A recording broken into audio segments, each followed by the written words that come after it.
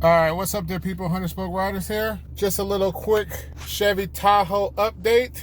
That's what's going on right now, man. Been working on the Tahoe. Yesterday, I went to go try to, pump a little juice in the battery, maybe start it up, and battery was no good. Man, let me tell you, O'Reilly's for the win, man. Lucky I did all this yesterday, so I took my battery in. That's why I say, man, keep your paperwork and get you a battery with a 3-year warranty. The lady's like, oh, man, you're lucky. Your warranty expired in 2 days, so this will be battery number 3. The first one, it only lasted like a year and a half, and I got another one, and the second one lasted almost the whole 3 years, but it was 2 days shy, so I was like, hey, I better take this in. So man, this is a score right here, because I didn't have to drop no big money for this battery, because I originally bought this battery. It was like a $200 battery. Best $200 I've ever spent, man. But make sure you can try to get a battery. If you get a battery for your car, especially living out here in Arizona, out here where it's real hot, or anywhere where it's real hot, try to get you a battery with the longest warranty possible, and make sure you keep your paperwork. So just leaving the gym, scored a new battery. Now it's time to go home, get back in action, man. So what can I say, man? Hey, O'Reilly Auto Parts for the win.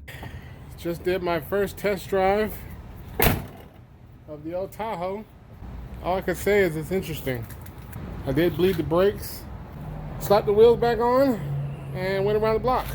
And it does ride different, I will say, with the rough. I don't know if it's the rough country pushing keys or the fact that it's got basically every part on it changed over, but it definitely rides different. I will say one thing, it'll definitely need some kind of alignment. Steering wheel, that's pretty much going straight down the road like that. So for the maiden voyage, I can't complain. It went around the block and brought me back home. But until I get an alignment, I'm not going to judge it too harshly.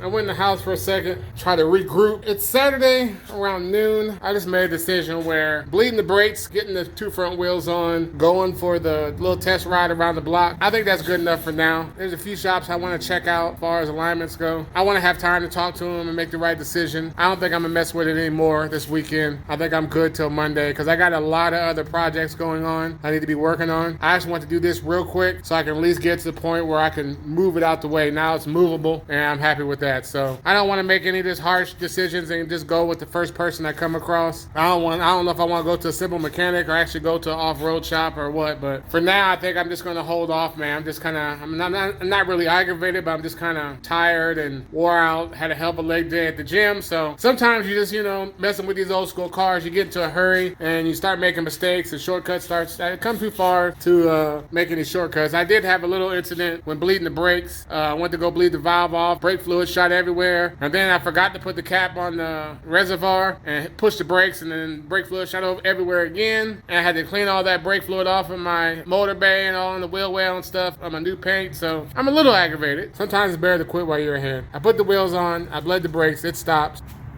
It does feel good and open the door and come out here and not see that Tahoe sitting out there. It's been sitting out there for, months and months and months. So it does feel good to be able to move it, have it over there.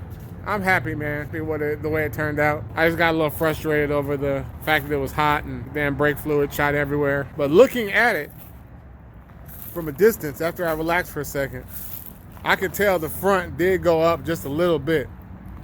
Now the front is just slightly higher than the back, not much, you can barely tell. Before, the front was way lower.